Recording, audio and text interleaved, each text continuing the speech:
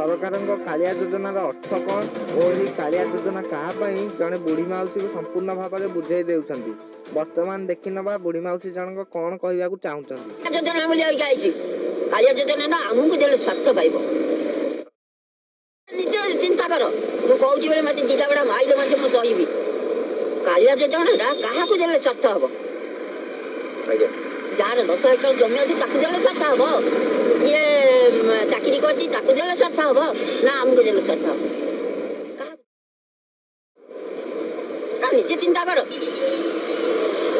कालिया योजना खाली कागज पकेयाकू ए मा सरकार कहूछि हां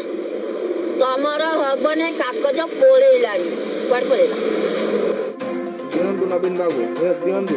ओई गरीब बुढ़ी माउसी रा जवाब दियंतु नवीन बाबू दियंतु। कालिया योजना ई गरीब माउसी टिए पाई नाही जदी आउ ताले दुनिया रे काहा पाई अछि कालिया योजना। कालिया योजना पैसा पाइलनी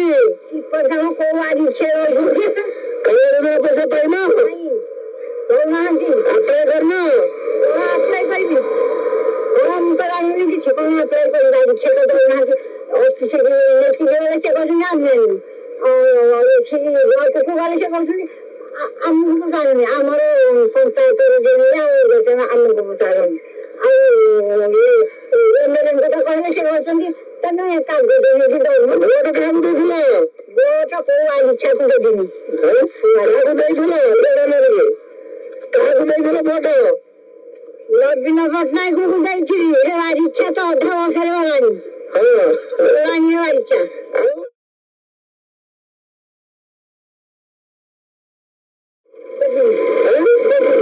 वोट बदली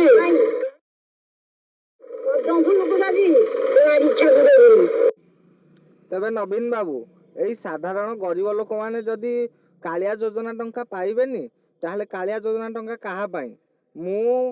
त्रिपुरा देहुरी बीजेपी राज्य कार्यकारिणी सदस्य प्रश्न करजी आपण मो प्रश्नर जवाब दियंतु नवीन बाबू जवाब दियंतु।